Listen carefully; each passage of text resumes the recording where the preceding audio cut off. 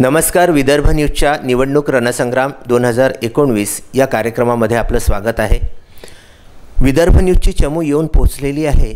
सध्या माजी महापौर आणि विद्यमान नगरसेवक असलेले एक गाढे अभ्यासक आणि महापालिकेचा ज्यांना दांडगा अनुभव आहे असे श्री मिलिंद चिमोटे यांच्याकडे, आणि आपण त्यांना विचारणार आहोत की सद्यस्थितीमध्ये निवडणुकांच्या या धामधुमीमध्ये विधानसभेला आपण एक अवघ्या 2 दिवसांनंतर सामोरी जात आहोत. यावेळी सद्यस्थितीमध्ये जनमत हा कौल कसा जातो आहे आणि कोणाकडे जातो आहे. सर्वप्रथम सर, आपलं विदर्भ न्यूजच्या निवडणूक रणसंग्राम या कार्यक्रमामध्ये मी आपलं स्वागत करतो आणि आपले आभारसुद्धा व्यक्त करतो की आपण या निवडणुकीच्या काळामध्ये धामधुमीमध्ये आपण विदर्भ न्यूजला जो वेळ दिला त्याच्यासाठी. माझा पहिला प्रश्न आपल्याला असा आहे सर, की ज्यावेळी आपण आपल्या अमरावती मतदारसंघाचा आपण ज्या पक्षाचं काम करत आहात, डॉक्टर सुनील देशमुखांचं काम करत आहात, ज्यांची महती विकास पुरुष म्हणून संपूर्ण महाराष्ट्रामध्ये पसरलेली आहे, यांच्यासाठीचं सद्यस्थितीतलं वातावरण कसं आहे? नाही, वातावरण अतिशय चांगलं आहे. आपण बघितलं असेल की लोकसभेच्या निवडणुका जेव्हा झाल्या तेव्हा या देशाचे पंतप्रधान माननीय मोदीजी यांच्या नेतृत्वावर विश्वास ठेवून लोकांनी त्यांना संपूर्ण बहुमत त्या ठिकाणी दिलं. आणि माननीय मोदींजींचा जो संकल्प आहे सबका साथ सबका विकास और सबका विश्वास, तर या अनुरूप या राज्याचे सन्माननीय मुख्यमंत्री श्री देवेंद्रजी फडणवीस यांनीसुद्धा फार मोठ्या प्रमाणावर विकास महाराष्ट्राचा केला.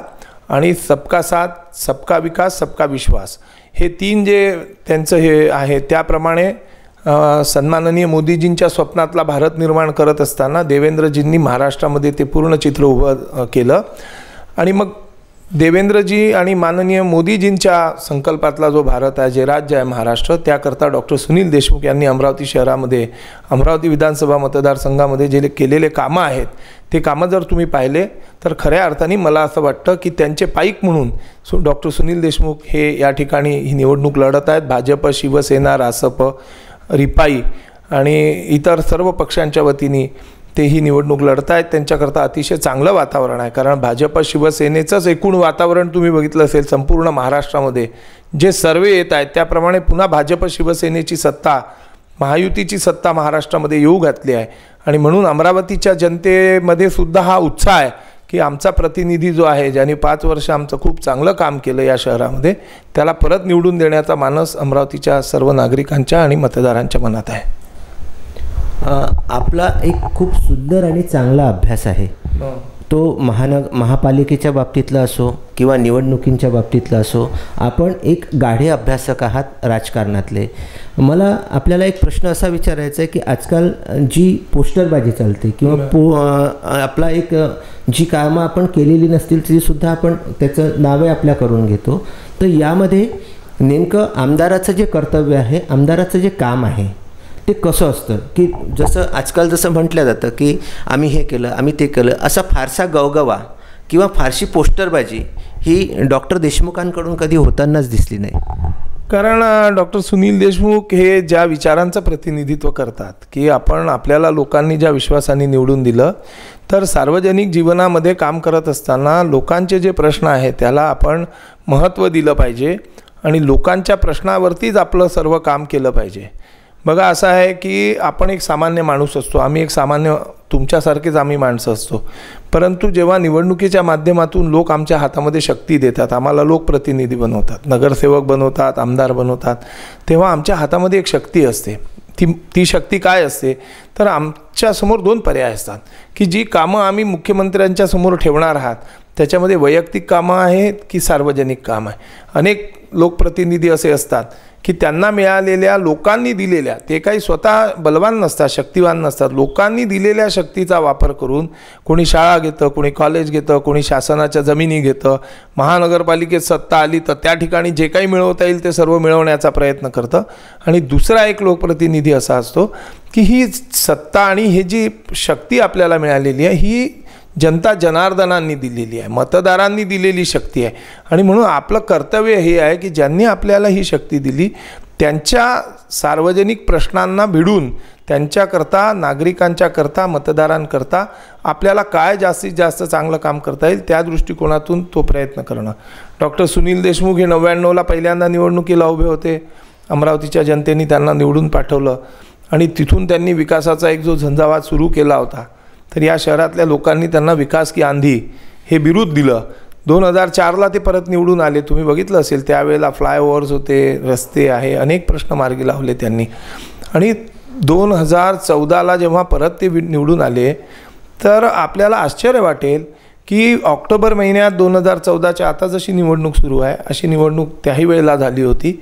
निवडून आल्यानंतर आमदारांनी पहिलं पत्र जे सन्माननीय मुख्यमंत्र्यांना दिलं ते नोव्हेंबर महिन्यात, म्हणजे 1 महिन्यानंतर पत्र दिलं की मला अमरावती शहराची वाढीव पाणी पुरवठा योजनेच्या संदर्भात आपण मान्यता दिली पाहिजे. ही जी योजना आहे ही 2015पर्यंत आहे आणि 2.5 लाख लोकसंख्या लक्षात घेऊन ही डिझाईन झालेली आहे. ही जर आता 2-3 वर्षात वाढीव टप्पा 2 जर पूर्णत्वास गेला नाही तर जो प्रश्न अकोल्यामध्ये, यवतमाळमध्ये, बुलढाण्यामध्ये, इव्हन लातूरमध्ये अत्यंत दुर्भिक्ष पाण्याचं आणि तिथली पाण्याची समस्या जी आहे ती तशी समस्या अमरावतीमध्ये निर्माण होईल. आणि त्याचा पाठपुरावा करून त्यांनी 122 कोटीची अमृत योजना, ज्याचा तपशीलवार माहिती आपण आपल्या VCNच्या चॅनलवरून दिली होती. सांगायचं तात्पर्य ही आहे की लोकांनी दिलेली जी शक्ती आहे की आपल्याला लोकांनी विश्वासाने निवडून दिला आहे. मग लोकांचे काय प्रश्न आहेत, आपल्या मतदारसंघाचे काय प्रश्न आहे, नागरिकांचे काय प्रश्न आहे. पहिलं काम पाणीपुरवठा योजनेचं पत्र त्यांनी नोव्हेंबरमध्ये दिलं. ती योजना 90% पूर्णत्वास गेलेली आहे. त्याच्यामध्ये 11 टाक्या आहेत, डिस्ट्रीब्युटरीज आहे आणि हे सगळं काम जे केलं तर ते ज्या लोकांनी आपल्याला निवडून दिलं त्यांच्यावर विश्वास ठेवून केलं. राहिला प्रश्न जाहिरातबाजीचा, मला असं वाटतं त्यांचं एकूण काम करण्याची जी पद्धत आहे की आपण निस्वार्थ भावाने आणि आपल्यावर ठेवलेली जी जबाबदारी, शेवटी विकास काय असतो तुम्ही लक्षात घ्या. तो पोस्टर लावल्याने विकास होत नाही. विकासाची परिभाषा काय आहे तर ती जेव्हा लोकांना डोळ्यांनी दिसतो तेव्हा तो विकास असतो. ठीक आहे, थोड्या काळाकरता लोकांची दिशाभूल करता येऊ शकते की विकास व्हायचंच आहे, काम व्हायचंच आहे, पोस्टर लावून टाकले आणि पोस्टर लावून लोकांना थोड्या वेळासाठी दिशाभूल त्यांची केल्या जाऊ शकते.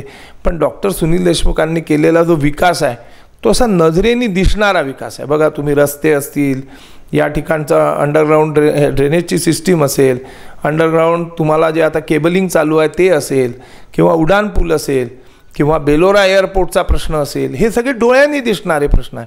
मग जे माणसांना डोळ्यांनी दिसतं तर आपण आपल्या मतदारांच्या आणि नागरिकांच्या सद्सद विवेक बुद्धीवर आपल्याला विश्वास ठेवता आला पाहिजे.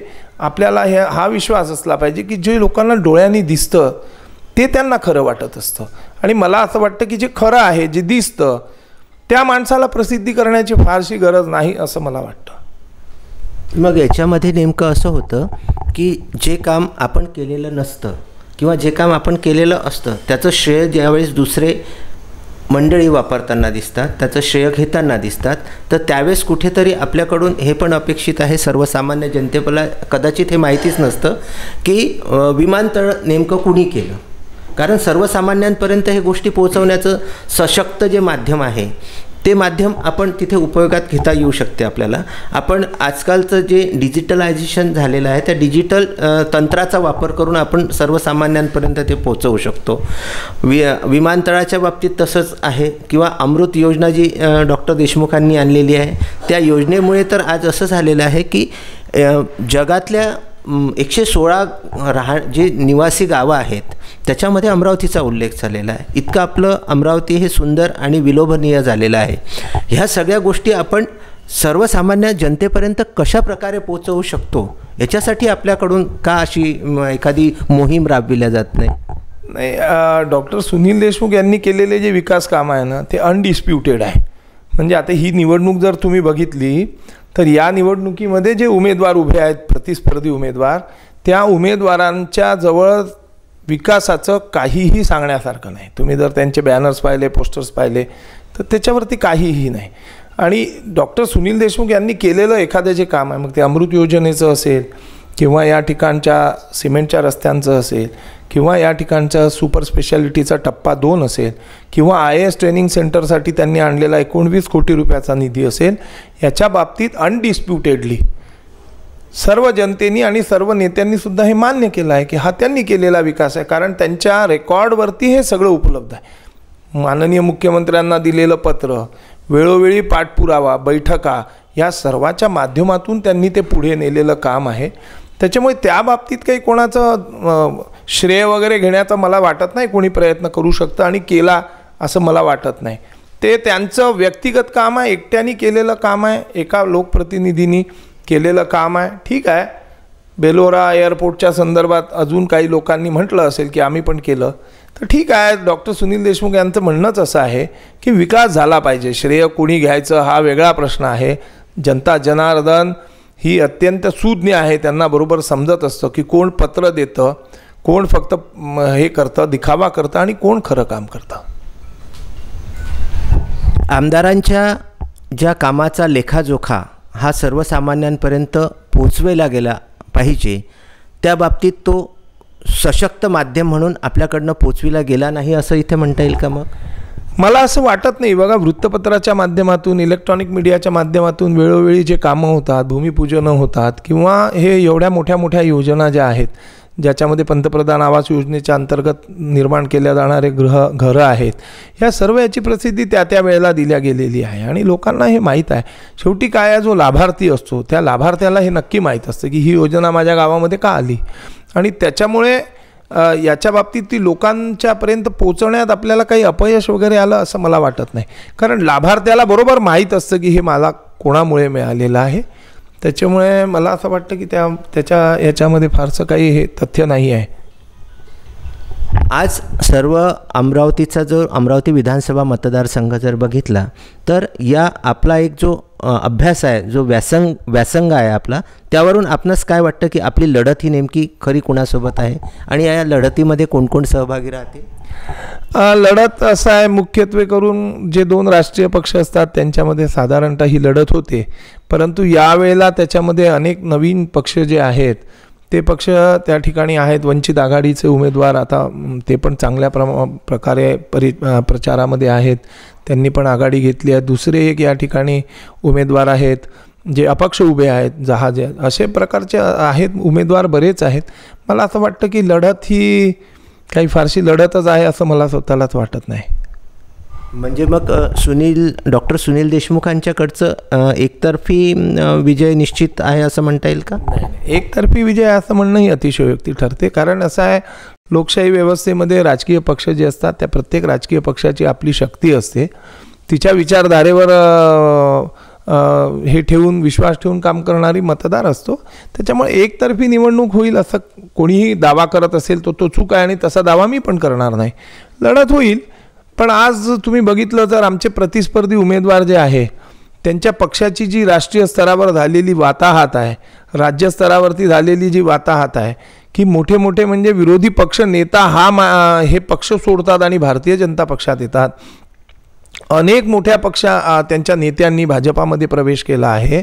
तर याचं कारणच हे आहे की त्या पक्षाच्या वरचा लोकांचा विश्वास डळमळीत झालेला आहे. या पक्षाला आता कोणतंही भवितव्य राहिलेलं नाही, लोकांच्या मनामध्ये या पक्षाबद्दल कोणती विश्वासार्हता उरलेली नाही. ह्याच्यावर लोकांना विश्वास असल्यामुळे त्या पक्षाची अत्यंत वाताहत झालेली आहे. आता जे काही सर्वे महाराष्ट्राचे येऊन राहिले आहेत किंवा ज्याला आपण म्हणतो त्याच्यामध्ये सुद्धा हे चित्र अतिशय स्पष्ट झालेलं आहे. त्याच्यामुळे शेवटी त्या राजकीय पक्षांच्यावरती उभे असलेले उमेदवार असतात ते. त्याच्यामुळे जी स्थिती राष्ट्रीय स्तरावर त्या पक्षाची झाली, जी स्थिती राज्य स्तरावर त्या पक्षाची झाली आहे, ती स्थिती अमरावतीमध्ये राहणार. अमरावतीमध्ये काय फारसं वेगळं चित्र निर्माण होईल अशातली स्थिती नाही. त्यामुळे आम्हाला विश्वास आहे की भारतीय जनता पक्ष, शिवसेना, रिपब्लिकन पार्टी, आठवले गट आणि या सर्व याच्यामध्ये सन्माननीय मोदीजींवरती असलेला जो विश्वास आहे, माननीय पंतप्रधानांवरती या देशाच्या जनतेने टाकलेला जो विश्वास आहे, तो विश्वास आणि या देशाच्या, या राज्याच्या लोकांनी देवेंद्र फडणवीस साहेब यांच्यावर टाकलेला जो विश्वास आहे आणि एक विकासाचं जे झंझावात या शहरामध्ये सुरू आहे, याचा हे म्हणून डॉक्टर सुनील देशमुख हे विकास पुरुष म्हणून लोकांसमोर जात आहेत. त्याच्यावरती लोक आपला शिक्कामोर्तब करतील अशी मला खात्री आहे. सर, निवडणूक म्हटल्यानंतर आरोप प्रत्यारोप हा त्याचं सांगतो, तो याचं सांगतो, ह्या सगळ्या गोष्टी होत असतात. तर नेमकं आपण ज्यावेळी हा प्रचार सुरू केला डॉक्टर देशमुखांचा, तर या प्रचाराच्या दरम्यान आपल्या अमरावती विधानसभा मतदारसंघामध्ये आपल्याला ह्या गोष्टी काही कुठे जाणवल्यात का? नाही, जाणवल्याच, 100% जाणवल्या. शेवटी काय आहे, जेव्हा निवडणुकीचा रणधुमाळीत आपण जातो तेव्हा आपण आपला विचार आणि आपण केलेलं काम घेऊन जात असतो.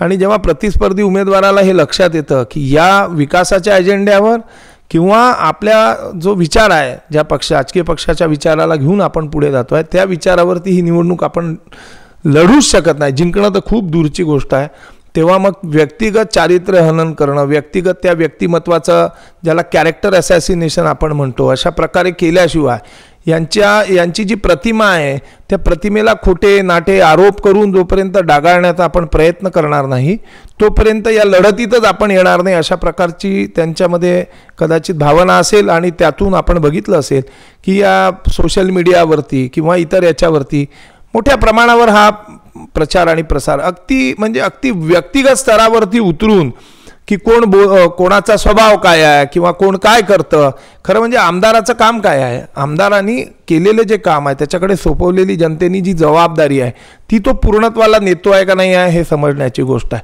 तो जर तुमच्या सर्व समारंभांमध्ये येतो, तो जर तुमच्या सर्व याच्यात येतो आणि तुमच्या व्यक्तिगत जीवनामध्ये व्यक्तिगत प्रश्नांमध्ये सुद्धा तुम्हाला मदत करतो, सर्व जे सार्वजनिक स्वरूपाचं काम आहे ते करतो, व्यक्तिगत समारंभांमध्ये येतो, तर मग हे अशा प्रकारचं काही लोक हा प्रयत्न करत आहेत की त्यांच्या व्यक्तिगत याच्याबद्दल लिहिणार किंवा वेगळ्या पद्धतीने काहीतरी असा प्रयत्न केला जातो. आणि हा जो प्रयत्न आहे हा अत्यंत वाईट अशा प्रकारची प्रथा या निमित्ताने या निवडणुकीच्या माध्यमातून आपल्याला पाहायला मिळते आहे. आणि याच्या मागचं कारण म्हणजे असूया, द्वेष, मत्सर हेच आहे असं मला स्वतःला वाटतं की आपण या व्यक्तिमत्वाशी आपण लढू शकत नाही, आपण त्याच्या बाजूला उभं राहून लोकांच्या समोर जाऊ शकत नाही.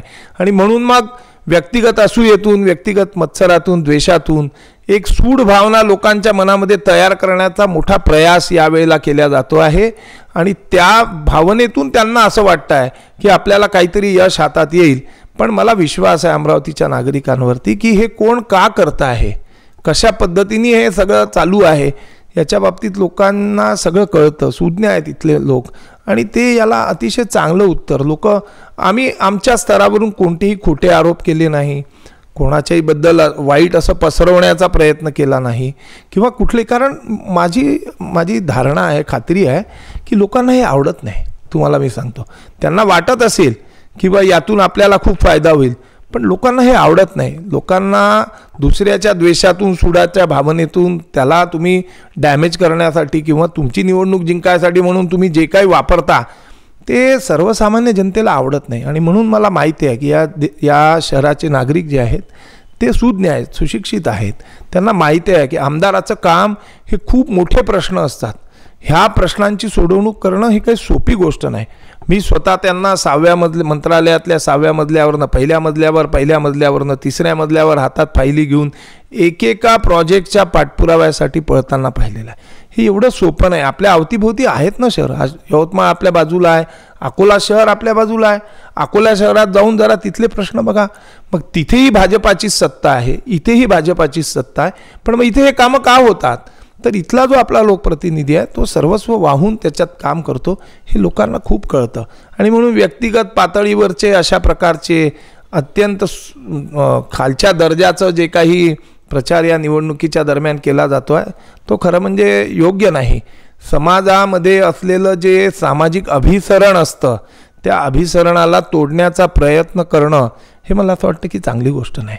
आणि त्याला 21 तारखेला लोक प्रत्युत्तर देतील याच्यावर माझा विश्वास आहे.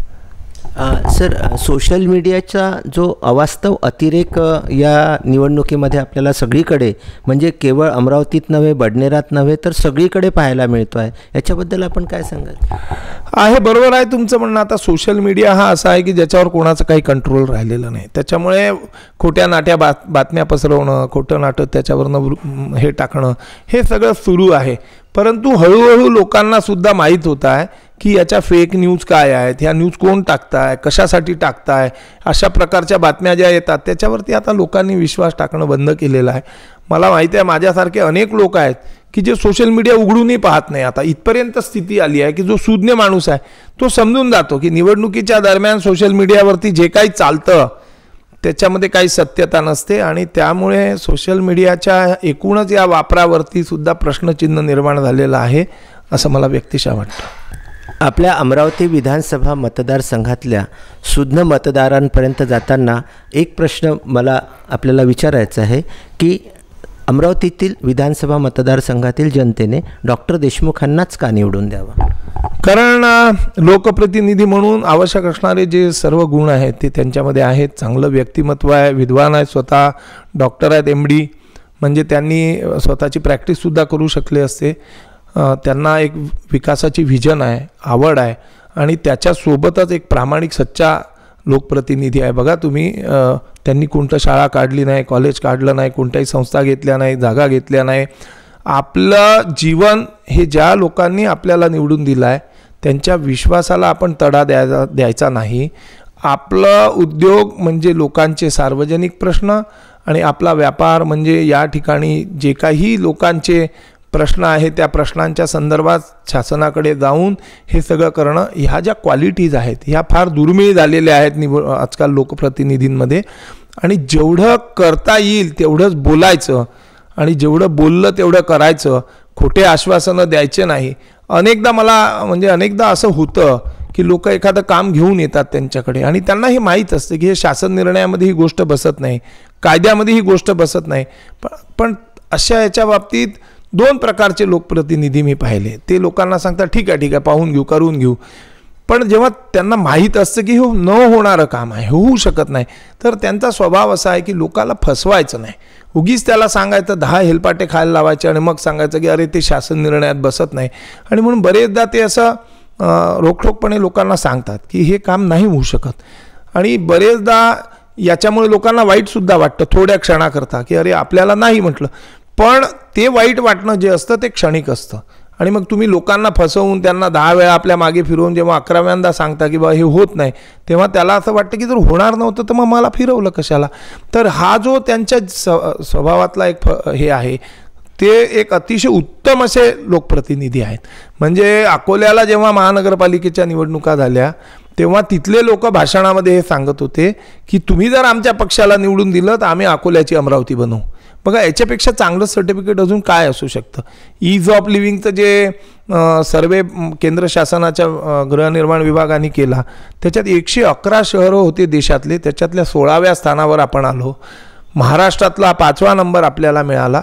आणि या ठिकाणी ज्या ज्या मूलभूत गरजा आहे म्हणजे या ठिकाणचे 2 महत्त्वाचे प्रश्न होते. एक पाण्याचा होता, दुसरा आरोग्याचा होता संदर्भ सेवा रुग्णालयामध्ये. मी महापौर असताना मला माहिती आहे की कॅन्सरसाठी मी 5,000 रुपये आम्ही मदत करायचो, त्याच्यासाठी कितीतरी अर्ज त्यावेळेला यायचे. आता कॅन्सरचं कुठलंही ट्रीटमेंट शासकीय स्तरावरती होण्याची या ठिकाणी व्यवस्था नव्हती. पण आता संदर्भ सेवा रुग्णालयातला टप्पा 2 जो आहे त्याच्यामध्ये कॅन्सरचा या ठिकाणी संपूर्ण इलाज होतील. म्हणजे ज्याच्यामध्ये किमोथेरपी असेल, सर्जरी असेल, हे सगळं होईल. आणि गरीब माणूस जो आहे या शहरातला, मध्यमवर्गीय माणूस जो आहे की जो मुंबईला जाऊन आपला इलाज करू शकत नव्हता, तो आपला इलाज या ठिकाणी करू शकणार आहे. दुसरं, विद्यार्थ्यांच्या दृष्टिकोनातून IASचं ट्रेनिंग सेंटर काढलं. आम्हाला पण वाटतं की आमच्या इथला मुलगा IAS झाला पाहिजे, त्याच्याकरता त्यांनी 19 कोटी रुपये आणले. म्हणजे समाजातल्या प्रत्येक घटकासाठी, प्रत्येक वर्गासाठी त्यांनी ते काम केलेलं आहे. आणि म्हणून मला असं वाटतं की लोकप्रतिनिधी म्हणून आवश्यक असणारे सर्व गुण, सर्व हे आहे. आणि तुम्ही बघितलं असेल तर या 20 वर्षाच्या त्यांच्या कारकिर्दीमध्ये ते निष्कलंक आहेत. त्यांच्यावर भ्रष्टाचाराचा कोणताही आरोप झालेला नाही आहे. आपण पाहिलं आता महाराष्ट्राच्या राजकारणामध्ये काय स्थिती आहे. मोठमोठ्या नेत्यांच्यावरती भ्रष्टाचाराचे आरोप आहेत, ईडीच्या चौकशा सुरू झालेल्या आहेत. पण सुनील देशमुखांच्या विरुद्ध आरोप तर सोडा, वृत्तपत्रामध्ये सुद्धा कधीही एखादी बातमीसुद्धा या बाबतीत आली नाही. असा निष्कलंक, विकासाकडे जाणारा, लोकांचे प्रश्न समजून घेऊन सार्वजनिक शक्तीचा वापर सार्वजनिक हितासाठी करणारा हा लोकप्रतिनिधी असल्यामुळे मला असं वाटतं की लोक त्यांनाच निवडून देतील. सर, आपण या निवडणुकीच्या काळामध्ये सुद्धा विदर्भ न्यूजला जो वेळ दिला त्यासाठी आम्ही आपले आभारी आहोत आणि आपले जे उमेदवार आहेत डॉक्टर सुनील देशमुख यांच्या विजयासाठी आम्ही आपल्याला शुभेच्छा देतो आणि इथेच आपण थांबतोय. धन्यवाद. VCN चॅनलचा आभारी आहे की त्यांनी मला ही संधी दिली लोकांपर्यंत हे सगळं पोचवण्याची, कारण निवडणुकीच्या दरम्यान प्रत्यक्ष जाऊन लोकांपर्यंत एवढं सांगणं शक्य होत नाही आणि आमच्या ज्या भावना असतात जे आपल्याला दिसतं ते एकदम इतक्या लोकांपर्यंत पोचवण्याचं काम आपल्या चॅनलच्या मार्फत केलं जातं. अतिशय आपलं चॅनलसुद्धा अतिशय तटस्थपणे या सर्व याच्यामध्ये काम करणारं चॅनल आहे. याच्यामध्ये सर्व प्रकारच्या लोकांच्या आपण प्रतिक्रिया दाखवत आहेत आणि म्हणून माझं आपलं मी आभार मानतो की आपण मला ही संधी दिली. धन्यवाद.